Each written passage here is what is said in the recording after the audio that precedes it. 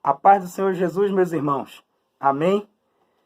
Nós estamos aqui mais uma vez e vamos fazer menção ao culto da vitória referente a hoje, dia 24 de março. E eu quero deixar uma palavra para os irmãos, para a igreja, nessa hora, no nome de Jesus. O culto da vitória tem como tema, esse mês de março, Sou Fiel, porque sou fiel.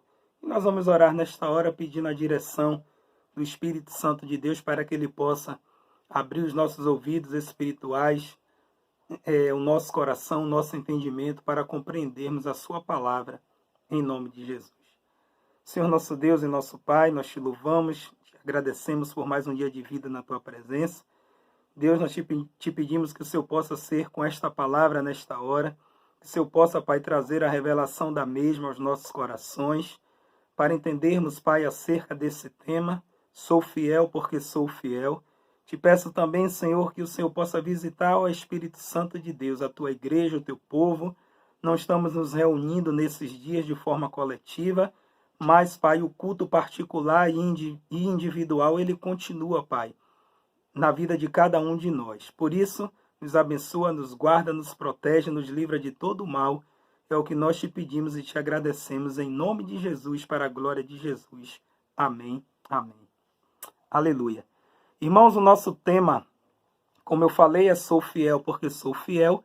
E o texto base da nossa ministração está lá no livro de Atos, capítulo 5, o versículo 1 e 2. Os irmãos abram aí, por favor. Enquanto os irmãos abrem o texto, nós queremos dizer aquilo que eu sempre digo, que a nossa ministração ela é para todos aqueles que ouvem e para mim também, né? Então eu estou incluso nesta palavra, porque o Senhor fala para todos nós em nome de Jesus.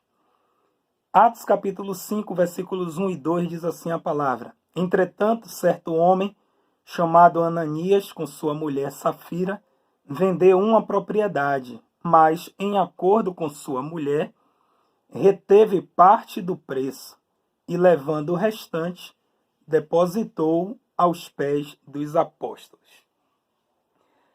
Essa fidelidade, irmãos, que nós estamos trabalhando nesse mês de março, faltou para a vida de Ananias e para a vida de Safira, sua esposa. O texto diz que eles venderam a sua propriedade e ele, Ananias, em acordo com sua mulher, está bem claro aí no versículo 2, eles retiveram parte do dinheiro e o restante eles devolveram, eles depositaram aos pés dos apóstolos.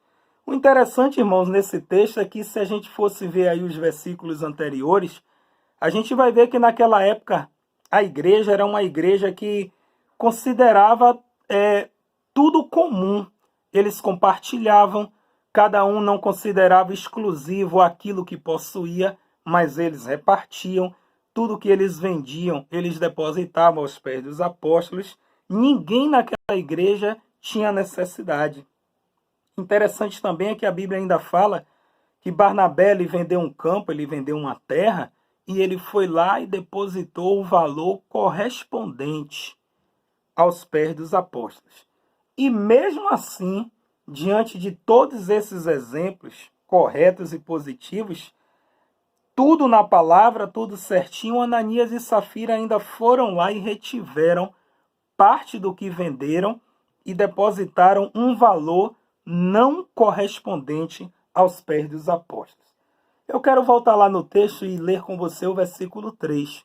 Então disse Pedro: Ananias, por que encheu Satanás o teu coração, para que mentisses ao Espírito Santo, reservando parte do valor do campo? Satanás, irmãos, ele encheu o coração de Ananias, para que ele mentisse ao Espírito Santo. Quando nós retemos aquilo que é do Senhor, nós não mentimos para os homens, mas nós mentimos para o Senhor. Continuando, versículo 4. Conservando-o porventura, não seria teu, e vendido não estaria em teu poder?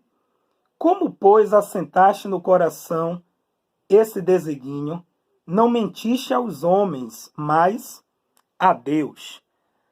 Pedro nesse versículo 4, ele repreende Ananias e ele pergunta: por que, Ananias, você permitiu que Satanás enchesse o seu coração e você mentiu ao Espírito Santo? Irmãos, o dízimo e a oferta pertencem ao Senhor. E quando nós mentimos, nós não mentimos para os homens, nós mentimos para Deus. E Pedro ainda reforça: você, Ananias, mentiu para Deus. Está aí no finalzinho do versículo 4. Lendo o versículo 5. Ouvindo estas palavras, Ananias caiu e expirou, sobrevindo grande temor a todos os ouvintes. Versículo 6. Levantando-se os moços, cobriram-lhe o corpo e, levando-o, o sepultaram. Consequência da infidelidade. Ananias morre e sobrevém naquela igreja um grande temor. Sobrevém um grande temor para todos. É aquela velha história que nós já conhecemos. Colhemos o que plantamos. Vamos ver o que aqui diz os versículos de 7 a 10. Quase 3 horas depois entrou a mulher de Ananias, não sabendo o que ocorrera. Então Pedro, dirigindo-se a ela, perguntou-lhe: dize-me, vendeste, portanto, aquela terra? Ela respondeu: sim, portanto. Tornou-lhe Pedro: por que entrastes em acordo para tentar o Espírito do Senhor? Eis aí a porta os pés dos que sepultaram o teu marido, e eles também te levarão. No mesmo instante caiu ela aos pés de Pedro e expirou. Entrando os moços, acharam-na morta e, levando-a, sepultaram-na junto do seu marido. A punição também veio, irmãos, para a mulher de Ananias. A punição também vem para aquele que é cúmplice. Aquela mulher, perceba, ela teve a oportunidade de fazer tudo diferente. Ela teve a oportunidade de se salvar e salvar também a vida do seu esposo. Desde lá o versículo 2, quando nós lemos: mas em acordo com sua mulher, reteve parte do preço. Então, igreja, aquela mulher, ela teve a oportunidade de fazer o correto. Ela sabia o que era correto, até porque ela já tinha visto aqueles exemplos que nós citamos, não é? Lá atrás. Ela já tinha visto qual era o procedimento dos irmãos da igreja, qual era o ensinamento dos apóstolos, tudo fundamentado na palavra. E mesmo assim, ela sabendo de tudo, ela entrou em acordo com o seu esposo, com Ananias, e não se salvou e ainda também permitiu, né, que seu esposo errasse, e a consequência vem. Não compactue com o erro, pelo contrário, além de fazer o que é certo, além de ser fiel, você precisa ajudar. Ajude seu esposo, ajude a sua esposa, ajude o seu filho, a sua filha, ajude o seu irmão, ajude, porque todos nós precisamos ser fiéis, em nome de Jesus. E o versículo 11, para nós finalizarmos essa palavra dessa noite, diz assim: sobreveio grande temor a toda a igreja e a todos quantos ouviram a notícia destes acontecimentos. Esse sobreveio grande temor, irmãos, confirma uma frase que eu gosto muito de usar. As pessoas, elas primeiro querem ver para depois acreditar. Saiba que você não precisa sofrer, você não precisa perder, você não precisa ter prejuízo para acreditar, para ter fé. O temor veio na vida de muitos depois da morte daquele casal. E nós precisamos entender que não precisava ser assim. Mas infelizmente as pessoas continuam insistindo.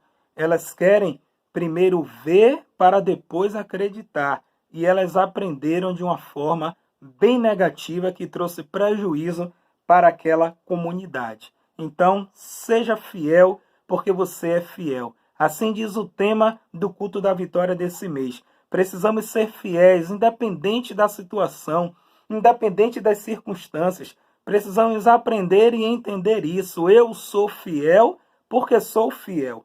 Eu não sou fiel por causa de uma condição. Eu não sou fiel por causa de uma situação que surgiu. Não. Eu sou fiel porque eu sou fiel.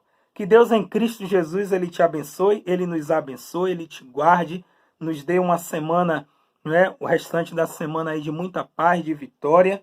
E quero dizer que a nossa campanha de oração, ela continua. Os irmãos já viram lá. Agora em 4 horários diários. 6, 12, 18 e 22 horas. Tá bom? Então um forte abraço. Que Deus em Cristo Jesus continue nos abençoando. Até breve.